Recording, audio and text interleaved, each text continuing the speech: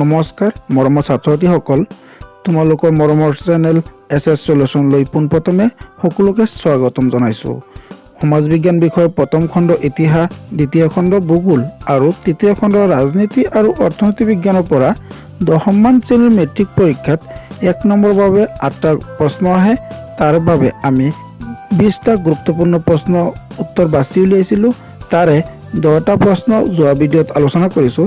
বাকী থকা প্ৰশ্ন উত্তৰখিনি আজিৰ পাৰ্ট 2 ভিডিঅ'ত আলোচনা কৰিবলৈ আগবাঢ়িছোঁ।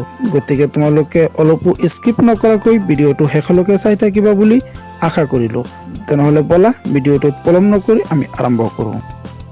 1 নম্বৰ প্ৰশ্নটো হৈছে 1903 চনত কোনে আছাম এছ'চিয়েশ্যন গঠন কৰিছিল? এ. পদ্মনাথ গোহাঁই বৰুৱা, বি. মাণিক চন্দ্ৰ বৰুৱা, চি. হেমচন্দ্ৰ গোস্বামী, ডি. নবীন চন্দ্ৰ বৰদলৈ। ইয়াৰ উত্তৰটো তোমালোকে জানানে? ইয়াৰ উত্তৰটো হ'ব বি. মাণিক চন্দ্ৰ বৰুৱা।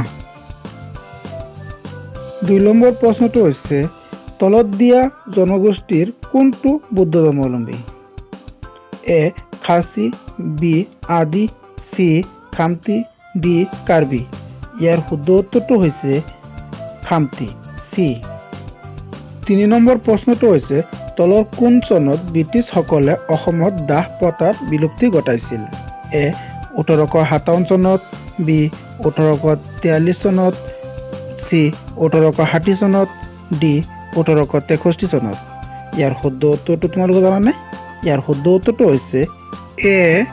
1857 চনত ব্ৰিটিছসকলে অসমত দাহ প্ৰথাৰ বিলুপ্তি ঘটাইছিল। 4 নম্বৰ প্ৰশ্নটো হৈছে তলৰ কোনজন জোনাকীৰ প্ৰথম সম্পাদক আছিল? এ. Hemchandra Barua, B. Hemchandra Goswami, C. Lakshminath Bezbaroa, D. Chandra Kumar Agarwala. ইয়াৰ উত্তৰটো তোমালোকে জানানে? ইয়াৰ উত্তৰটো হৈছে ডি. চন্দ্ৰকুমাৰ আগৰৱালা জোনাকীৰ প্ৰথম সম্পাদক আছিল।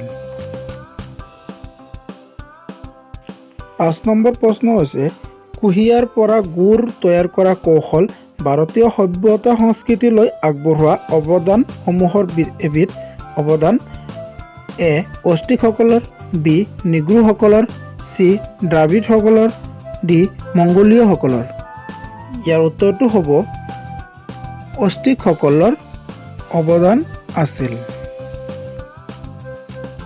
6 নম্বৰ প্ৰশ্নটো হৈছে বায়ুমণ্ডলত কাৰ্বন ডাই অক্সাইডৰ পৰিমাণ কিমান? এ. 0.0035%, বি.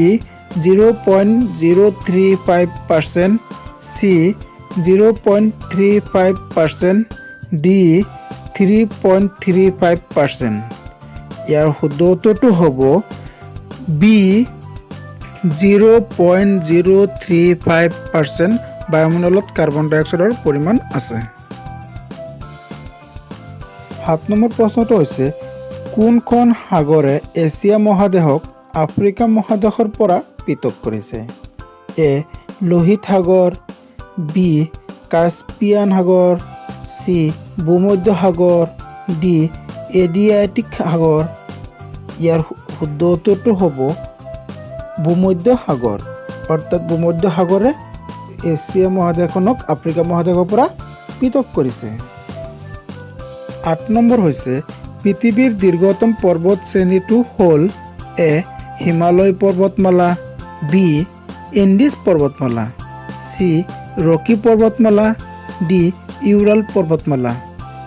ইয়াৰ শুদ্ধ উত্তৰটো হৈছে ইউৰাল পৰ্বতমালাই পৃথিৱীৰ ভিতৰত আটাইতকৈ দীৰ্ঘতম পৰ্বত শ্ৰেণী। মৰমৰ ছাত্ৰ-ছাত্ৰীসকল, তোমালোকে যদি আজি মোৰ ভিডিঅ'ত প্ৰথম আহিছা বা মোৰ চেনেলটো ছাবস্ক্ৰাইব কৰা নাই তেতিয়াহ'লে মোৰ চেনেলটো ছাবস্ক্ৰাইব কৰি ল'বা আৰু কাষত থকা বেল আইকনত ক্লিক কৰি এটা লাইক দি দিবা। 9 নম্বৰ প্ৰশ্নটো হৈছে ভাৰতীয় সংবিধানৰ 1976 চনত হোৱা 42 নং সংশোধনী আইনৰ জৰিয়তে কোনটো শব্দ প্ৰস্তাৱনাত সংযোজন কৰা হৈছিল? এ. সাৰ্বভৌম, বি. গণতান্ত্ৰিক, চি. গণৰাজ্য, ডি. সমাজবাদী। মৰমৰ ছাত্ৰ-ছাত্ৰীসকল, তোমালোকে এই প্ৰশ্নটোৰ উত্তৰ জানানে? এই প্ৰশ্নটোৰ উত্তৰ হৈছে ডি. সমাজবাদী। আজিৰ ভিডিঅ'ৰ অন্তিমটো তথা 10 নম্বৰ প্ৰশ্নটো হৈছে তলৰ কোনবিধ অনবীকৰণযোগ্য সম্পদ? এ পানী, বি উদ্ভিদ, চি প্ৰাকৃতিক গেছ, ডি সূৰ্যৰ ৰশ্মি।